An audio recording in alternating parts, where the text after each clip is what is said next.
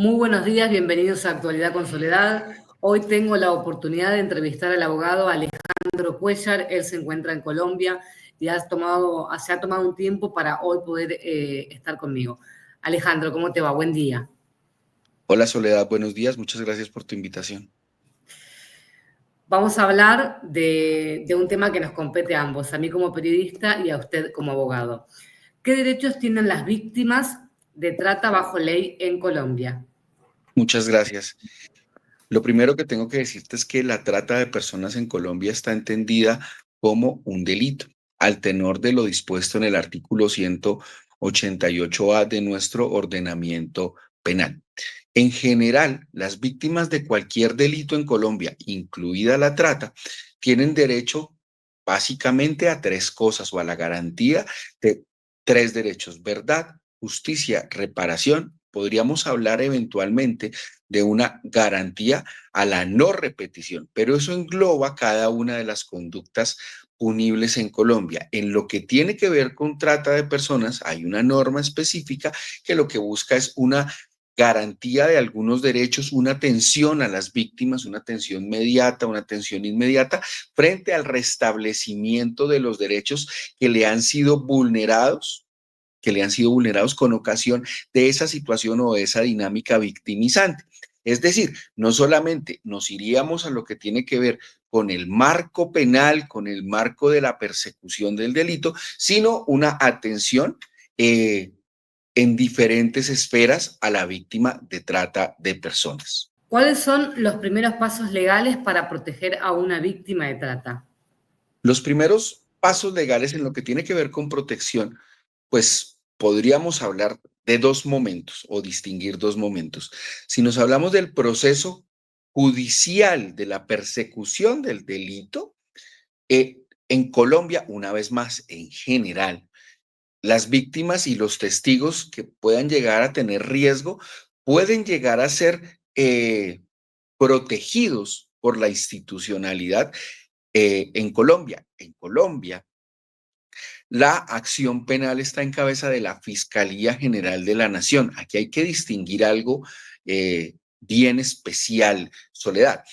Y es que la primera institución que tiene que proteger los derechos de las víctimas no somos los abogados representantes de víctimas. Nosotros somos alguien que acompaña a las víctimas, pero por mandato legal, quien tiene que ser el primer protector, el encargado de velar en primera medida por los derechos de las víctimas es la Fiscalía General de la Nación, ¿sí?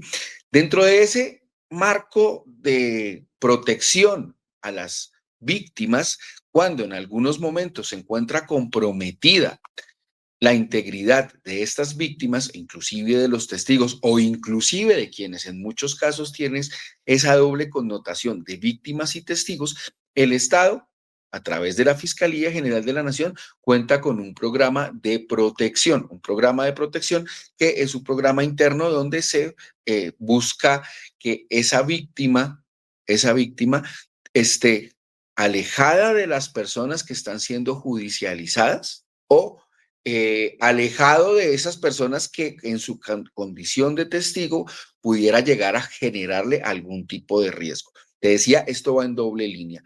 Por otro lado, como te había hablado al comienzo, al inicio de la entrevista, hay unos pasos que tienen que ver es con la garantía de los otros derechos que les han sido vulnerados con ocasión de esta dinámica delictual o de estos hechos victimizantes o de estos hechos que ha padecido cada uno de los sujetos pasivos de la conducta o de las víctimas de la conducta de trata de personas si nos limitamos a este delito en particular. En Colombia pasa lo mismo que pasa en Argentina en muchos aspectos. En Argentina el Código Penal es muy parecido porque nos pasan las mismas cosas. Y eso es lo que a mí me sorprende. Lo hablo mucho con colegas colombianos en los que traemos este tema a la mesa. Porque siempre se pone en tela de juicio a la víctima. Siempre. Acá en Argentina tenemos casos en procesos en los que no se han tomado las medidas para cuidar a esa persona. Entonces, te quiero preguntar, ¿cómo se puede garantizar la seguridad de una víctima durante el proceso legal? ¿Cómo se puede garantizar la seguridad? Pues eso está primero en cabeza del Estado, tendría que estar siempre en cabeza del Estado, que es quien en algún momento pues ostenta esa condición de titular de la acción penal.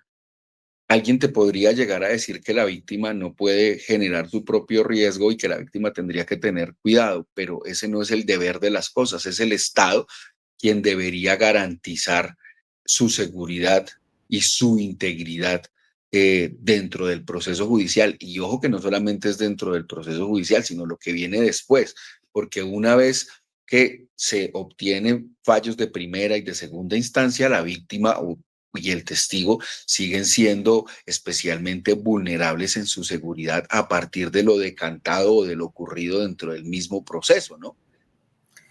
Me parece muy importante esto que decís, porque no escuchamos hablar a muchos abogados sobre el proceso que se lleva adelante eh, cuando se descubre un caso de trata. ¿Cómo se abordan los traumas de la víctima? ¿Se tienen en cuenta? ¿Se los cuida? ¿Se los protege? Acá en Argentina hay una parte que los menores de edad van a cámara Gesell. Entonces, ¿se tienen los cuidados en Colombia para proteger a estas personas que ya vienen con traumas, por supuesto, porque estamos hablando de trata de personas?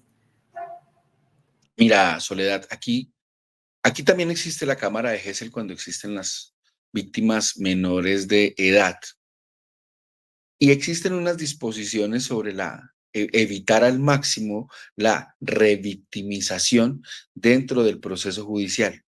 Existen unas pautas dadas por la misma jurisprudencia, por la misma normatividad, inclusive por las mismas disposiciones internas dentro de la misma fiscalía que, como te digo, quien tiene que adelantar la investigación judicial y llevar hasta su finalización el juicio, y es evitar la revictimización dentro del proceso. Sin embargo, sin embargo, yo te puedo decir que en algunos escenarios se da esa práctica que termina exponiendo un poco más a la víctima y aumentando ese trauma y ese impacto que se ha generado con ocasión de este tipo de conductas. Ahora bien, cuando al finalizar el proceso judicial lo que tiene que ver con la responsabilidad penal. Yo te hablaba de derecho a la verdad, a la justicia y a la reparación. Cuando hemos agotado todo el proceso judicial en lo que tiene que ver con la responsabilidad penal, se abre una posibilidad de que la víctima sea reparada por parte de su agresor. Y cuando en ese marco de ese proceso se llega a un incidente de reparación, donde tú puedes llevar de alguna u otra forma a que sea valorado el daño y el impacto que la situación ha generado en la víctima y que de alguna u otra manera pueda llegar a ser resarcido. No obstante, no obstante decir que en algún momento las víctimas dentro del proceso judicial no son más expuestas o no son más utilizadas, sería casi que imposible. Yo vengo sosteniendo desde hace mucho tiempo que desafortunadamente las víctimas de los procesos judiciales, no solamente trata de personas, explotación sexual, abuso sexual, son utilizadas como elementos materiales de prueba que tú los tienes engavetados, los tienes en un archivo y los sacas y los utilizas solamente cuando le es útil al proceso. Cuando le es útil al proceso y justo en ese momento, una vez pierdes utilidad y cuando vuelves a revictimizarlo, es que se genera más impacto y más daño dentro de las mismas víctimas. Ahora bien, yo no te puedo decir que esto es una práctica generalizada, sino que esto es una práctica que se da en algunos escenarios donde no existe por parte de los fiscales en el territorio, de los jueces en el territorio, un proceso que se ha centrado también en la misma víctima. El proceso judicial, de alguna u otra manera, también tendría que ser centrado en la víctima y pensando en el trauma que esto puede llegar a generar a la propia víctima. Alejandro Cuella es un hombre experimentado en el derecho. hace un tiempo que viene estando en boca de todos Colombia, más precisamente Cartagena, por la película Son of Freedom.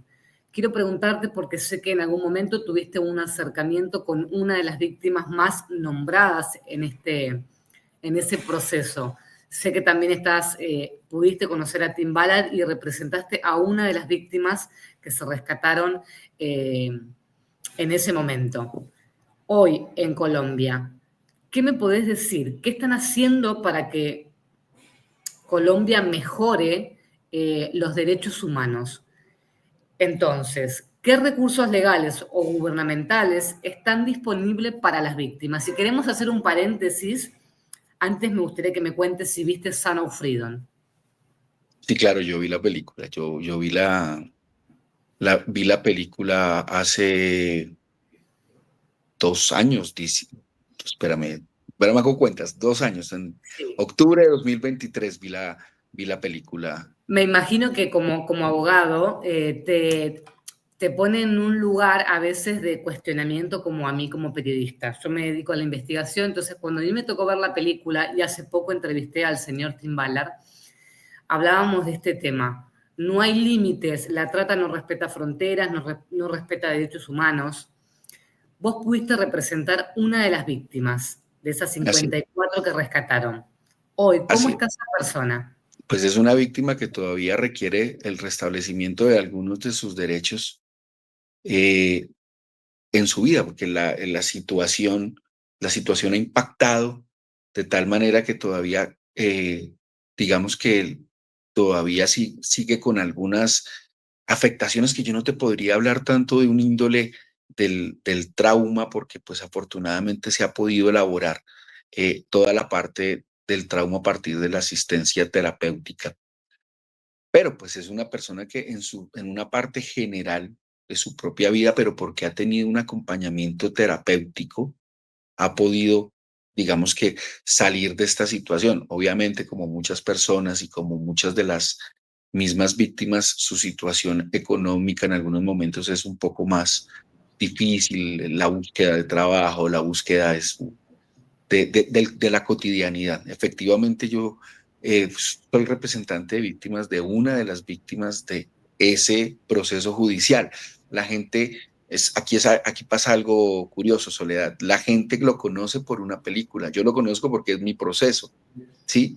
Es mi proceso judicial. Claro, yo después vi la película, pero yo pensaba era siempre en el proceso judicial que terminó el año pasado con la condena de estas personas eh, en el mes de octubre la segunda instancia y en el mes de septiembre la primera instancia proferida por un juez penal de circuito de la ciudad de Cartagena. Es muy importante esto que estás diciendo porque todas esas personas, una vez que escucharon la sentencia en segunda instancia, se dieron a la fuga. Hasta el día de hoy, Kelly Suárez y compañía están prófugos de la justicia.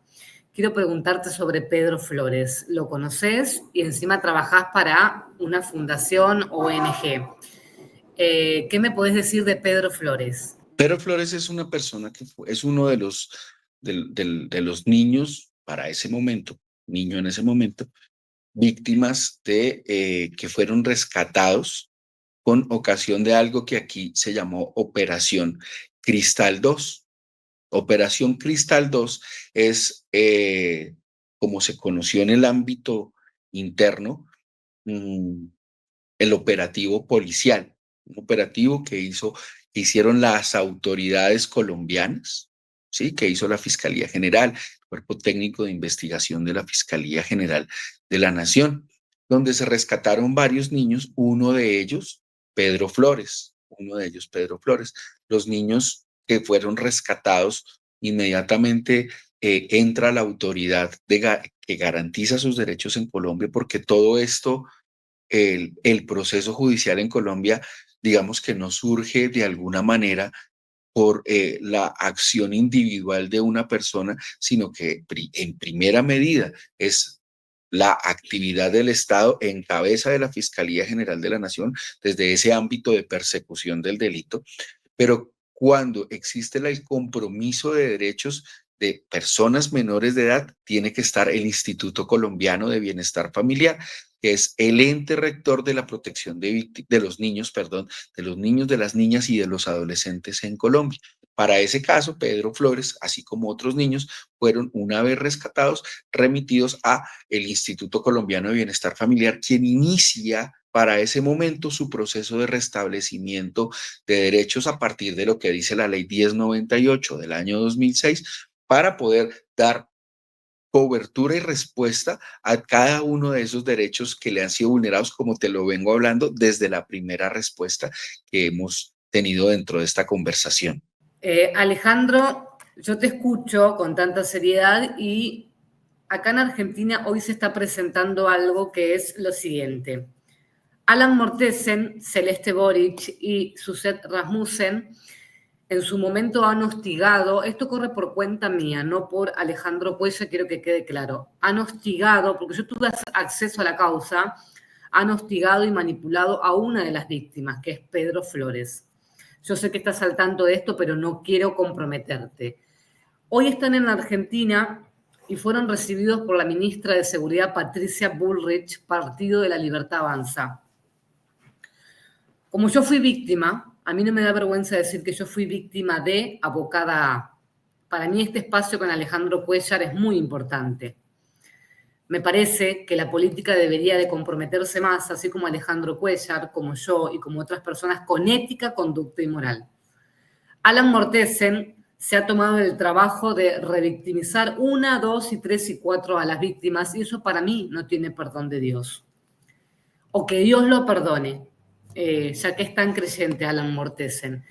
Decirle que estaría bueno que venga y nos diga las cosas como tiene que ser y no andar haciendo el papel de ridículo por todos los programas de televisión en Argentina, faltándole el respeto a mi trabajo, a mi profesión y sobre todo al espacio que le doy a las víctimas. Hoy me toca estar con Alejandro Cuellar. Para mí es un placer tenerlo acá, porque estamos hablando de cosas muy concretas, muy precisas. Sé que estás al tanto de esto, Ale, y sabías que en algún momento lo iba a meter en la entrevista. Volvamos de vuelta. Quiero preguntarte, ¿qué desafíos legales son los más comunes en estos casos? Yo creo que el desafío legal más común en este caso, o en los casos generales donde existe trata de personas, explotación sexual, yo te cuento, hablo siempre de las dos porque muchas veces son conductas que son coetáneas, son conductas que van en el mismo lugar o que van en las mismas causas penales. Pero el desafío más latente yo diría que son dos fundamentalmente: mejorar los tiempos de respuesta para las víctimas. Los tiempos son muy lentos y no se compadece de una víctima que los procesos judiciales duren y duren y duren en el tiempo. La justicia tardía no es justicia, por un lado. Y el desafío legal más importante, yo vuelvo a insistir, es en esa insistencia, en insistir en esa idea de que la víctima no puede ser tratada como un elemento material de prueba únicamente. La víctima tiene una cantidad de necesidades adicionales, y yo no la puedo traer única y exclusivamente para lo que yo requiero para probar un juicio de condena en contra de otra persona. La víctima tiene que ser vista como un sujeto de derechos, un sujeto a quien le han sido vulnerados y violentados sus derechos. Eso sí diría yo, por hablarte de dos, podríamos hacer quizá una nueva entrevista de solamente eso, y quizás la entrevista podría durar el doble y el triple de lo que vamos a utilizar en este espacio. Pero si yo te hablara de dos desafíos importantísimos para atender al día de hoy a las víctimas en Colombia, sería eso: una justicia más rápida, más eficaz, y una justicia más centrada en la víctima. Esos serían los dos grandes desafíos. Para cerrar, Ale, bueno, te quiero agradecer tu tiempo, tu espacio por haber estado acá, pero sé que trabajás para una ONG. Me gustaría saber qué rol cumplís en esta ONG y agradecerte una vez más tu tiempo por haber estado aquí conmigo. Gracias, sí. Yo trabajo con una organización no gubernamental que se llama Fundación Renacer. Yo soy abogado representante de víctimas y aquí aprovecho para volver a una de las preguntas y es frente al derecho de las víctimas dentro del proceso judicial en Colombia. Las víctimas en Colombia tienen la posibilidad de estar asistidas por un abogado. El Código de Procedimiento Penal, en su artículo 11, nos permite a algunos abogados, o que más bien nos permite que las víctimas designen abogados para que protejan esos derechos a la verdad, a la justicia y a la reparación. Nosotros no somos parte dentro del proceso, pero somos intervinientes especiales dentro del proceso. Pero más que la importancia en el escenario judicial es la importancia en ser el interlocutor de las víctimas y el mismo Estado, que muchas veces ese canal de comunicación está fracturado. Entonces nos convertimos en el interlocutor ante la fiscalía, ante los entes administrativos, como bienestar familiar, como te lo venía contando, y ser ese articulador entre los dos extremos, el Estado quien persigue el delito y la víctima, la persona que ha padecido esta conducta victimizante. Ale, muchísimas gracias por este tiempo. No sé si te quedó algo por decir. Sí, efectivamente, pues el llamado siempre será a que las víctimas se les garanticen sus derechos, no solamente en lo que tiene que ver en Colombia, lo que tiene que ver con Latinoamérica, hablemoslo como países hermanos. Las víctimas deben ser vistas como sujetos no solamente que nos sirven para una causa penal, sino como las personas que les vulneraron unos derechos y que merecen ser restablecidos.